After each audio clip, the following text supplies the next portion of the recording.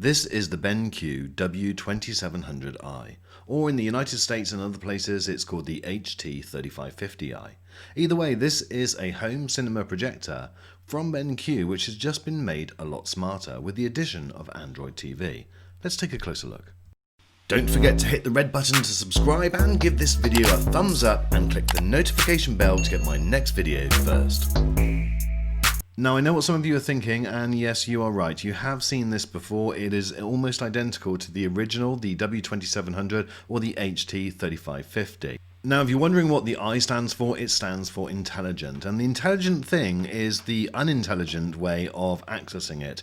For some reason BenQ decided that you need to unscrew this flap, and then you've got effectively the space for a media device, the BenQ media device, to slot in. Now why on earth this couldn't just be in a lift up flap, I've got no idea, and it just makes it much more awkward and a little bit more frustrating. And I can absolutely guarantee you 100% on the next year's model that has this built in, it will either be built into the software and you won't have any access to it, or it will be that lift up flap. I like the idea of it, but boy, what a palaver about getting it installed.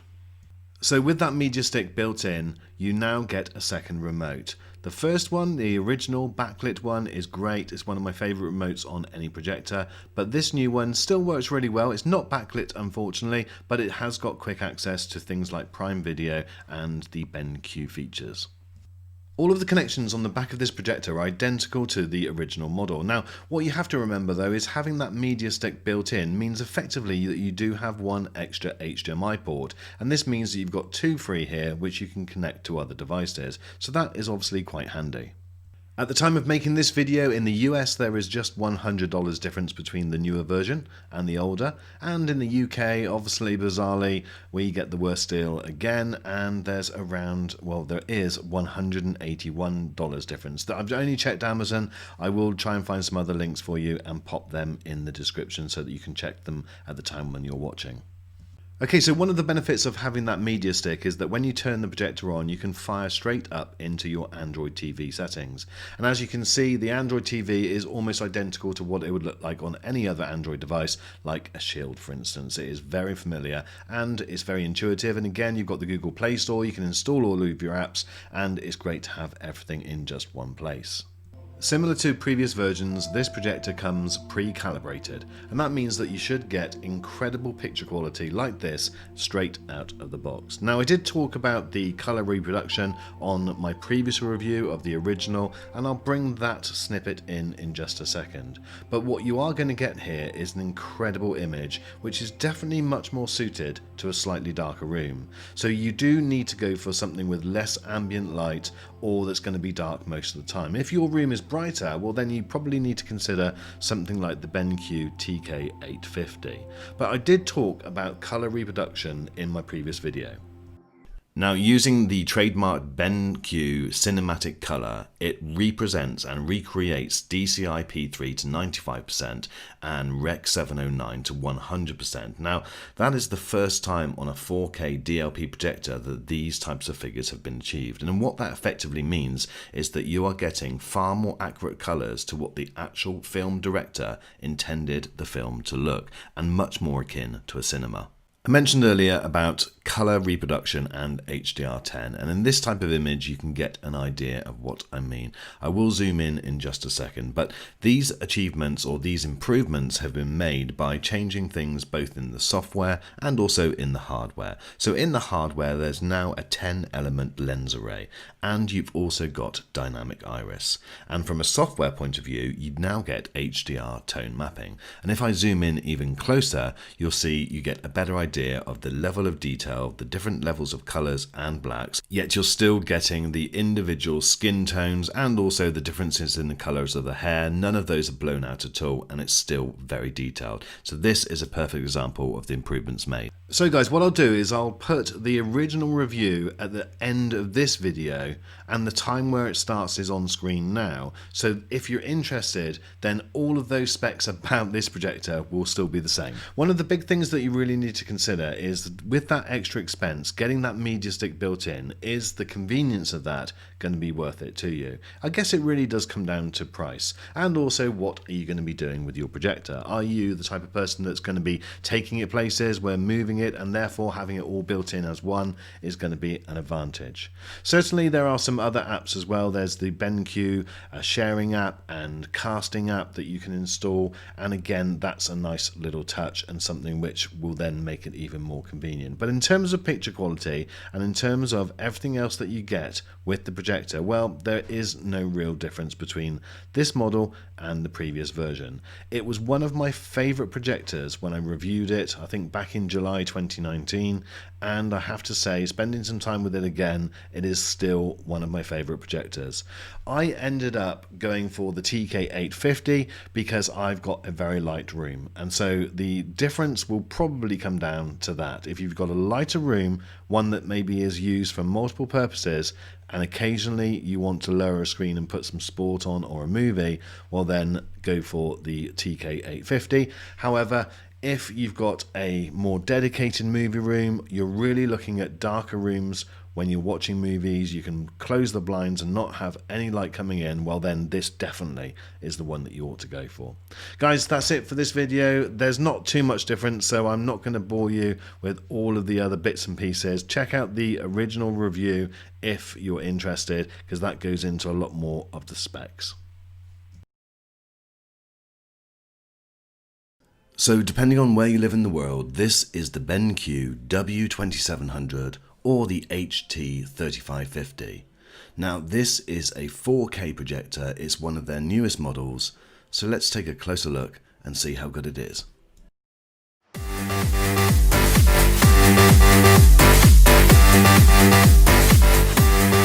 Don't forget to hit the subscribe button and the notification bell to get my next video first.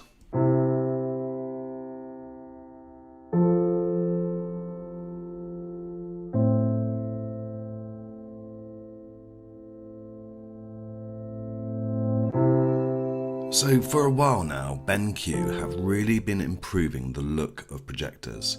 In fact, this projector is by far the best looking projector that we have ever tested. In fact, the one previous to that was also a BenQ one.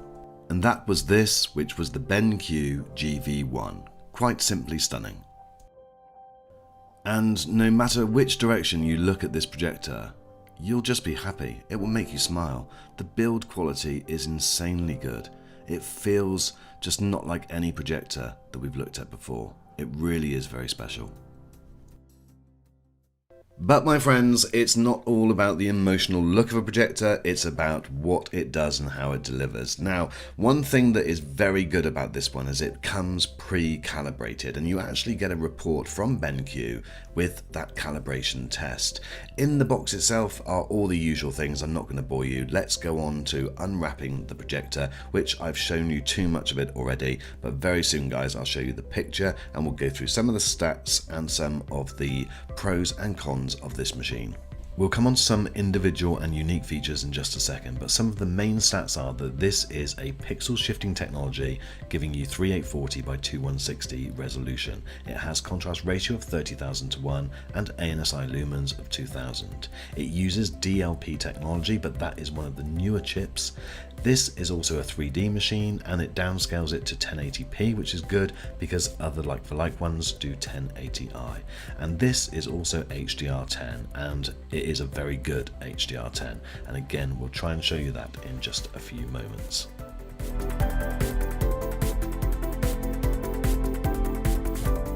This projector really does hold its own in terms of sound, with two great quality 5-watt speakers, one of the best that we've heard definitely. It has keystone correction that is vertical, and that can be in automatic mode or in manual mode. And it's pleasant to see that there is lens shift up to 100 to 110 degrees, so a 10-degree vertical lens shift. The throw ratio is 1.13 to 1.47. The acoustic noise is between 30 decibels and 28 decibels, and it does have a silence mode.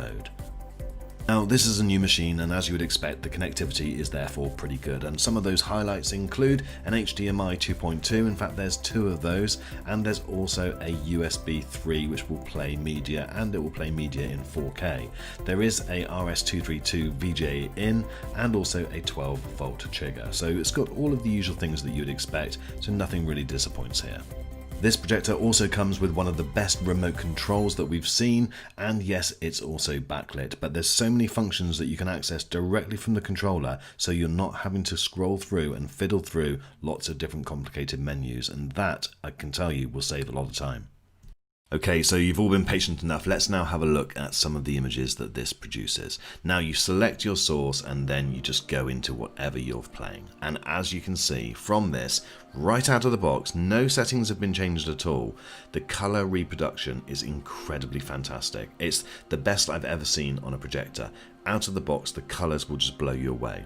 There's actually 5 different modes that you can switch between. There's cinema, digital cinema, bright, vivid, and also user. Now, depending on the size of the screen that you're using and the brightness of the room will probably depend on which one is for you. Certainly the one that nobody will use, I don't even know why it's there, is bright. It just looks like the Incredible Hulk has visited.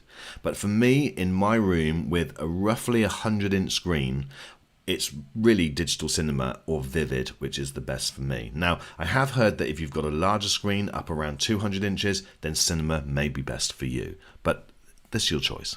So you should also be really pleased whether it be a 4K content or 1080p. Now sometimes 4K projectors don't handle 1080p that well, but as you can see, this video is of the BenQ GV1 that I mentioned earlier, and yes, this is in 1080p, but it's doing a brilliant job. The blacks are good, the colors are good, and again, it's all about the color reproduction. Now coming on to color reproduction, there's a few things that you ought to know. Now, using the trademark BenQ cinematic color, it represents and recreates DCI-P3 to 95% and Rec 709 to 100%. Now, that is the first time on a 4K DLP projector that these types of figures have been achieved. And what that effectively means is that you are getting far more accurate colors to what the actual film director intended the film to look, and much more akin to a cinema. I mentioned earlier about color reproduction and HDR10, and in this type of image you can get an idea of what I mean. I will zoom in just a second, but these achievements or these improvements have been made by changing things both in the software and also in the hardware. So in the hardware there's now a 10-element lens array, and you've also got dynamic iris. And from a software point of view, you now get HDR tone mapping. And if I zoom in even closer, you'll see you get a better idea of the level of detail, the different levels of colors and blacks, yet you're still getting the individual skin tones and also the differences in the colors of the hair. None of those are blown out at all, and it's still very detailed. So this is a perfect example of the improvements made. This projector is also pretty clever because when it detects that HDR10 is present, it will automatically switch it over to that mode, and so therefore you don't have to set up any user mode for it. You can just literally trust that it will make that change automatically. There are many options that you can change on the screen, and in these on-screen displays that you can see, you can change and enhance pixels and enhance the motion. Motion is something which you'd maybe want to do if you were watching a sports event and it just smooths out some of the images if you're getting a judder. You've got to be careful not to do that in terms of cinematic films because it can end up making it almost look soap opera in its operation. I did mention at the beginning of this review that I would also mention a couple of negatives. Now, the good news is if you're purchasing this machine, there are hardly any. In fact, this is probably one of the best value machines for everything that's got going for it in this price bracket, which I'll come on to in just a second. A couple of the negatives though. If you are a very serious gamer, then you may find that you need to look for a different machine. This is not the fastest in terms of input lag. Now, it is measured at around about 50 milliseconds to 60 milliseconds, but in my tests it was more up around the 70 milliseconds, which is just a little bit slow for competitive gaming. Now, if you are just a occasional gamer like me, you will not even notice the difference, and so therefore I wouldn't say that this is a absolute no for gamers.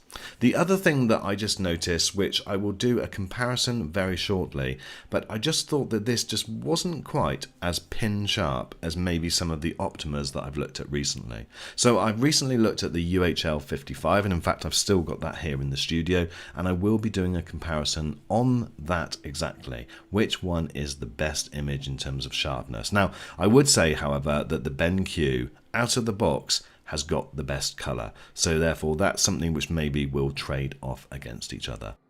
So before we go on to the main advantages and the summary, remember to hit the red button and subscribe, because the next video we'll do is this, the BenQ EK800. And this is a slightly cheaper 4K model, but it will give you a very good comparison compared to this, which is the BenQ W2700. Now, the main advantages of this machine are the color production, the fact that it has that auto HDR10, the pre-calibration for the setup and the report it gives you is a really nice touch, and if you still use 3D, then this 3D is pretty good. I think that this is superb value for money because of everything that it offers. Now, there is also a great remote control, which again with BenQ, I know they've been doing that for a while, but I do really like. But one of the big advantages, and especially if this is maybe one of your first projectors, is the fact that out of the box, this will set up in a breeze and give you a quite simply stunning image. I'm going to spend the next month or so putting this through its paces and also doing comparison videos against other machines that are out there, including BenQ models. Now, if you are interested in purchasing this, then please do consider using my affiliate link in the description. That will guarantee you the cheapest price available on Amazon, and that link is there for you to check out. And that will be for the US, the UK, and also Canada. Thanks ever so much for watching this video. Let me know what your thoughts are and if there's a particular setting that you would recommend. Thanks again, my friends. I will see you on the next video.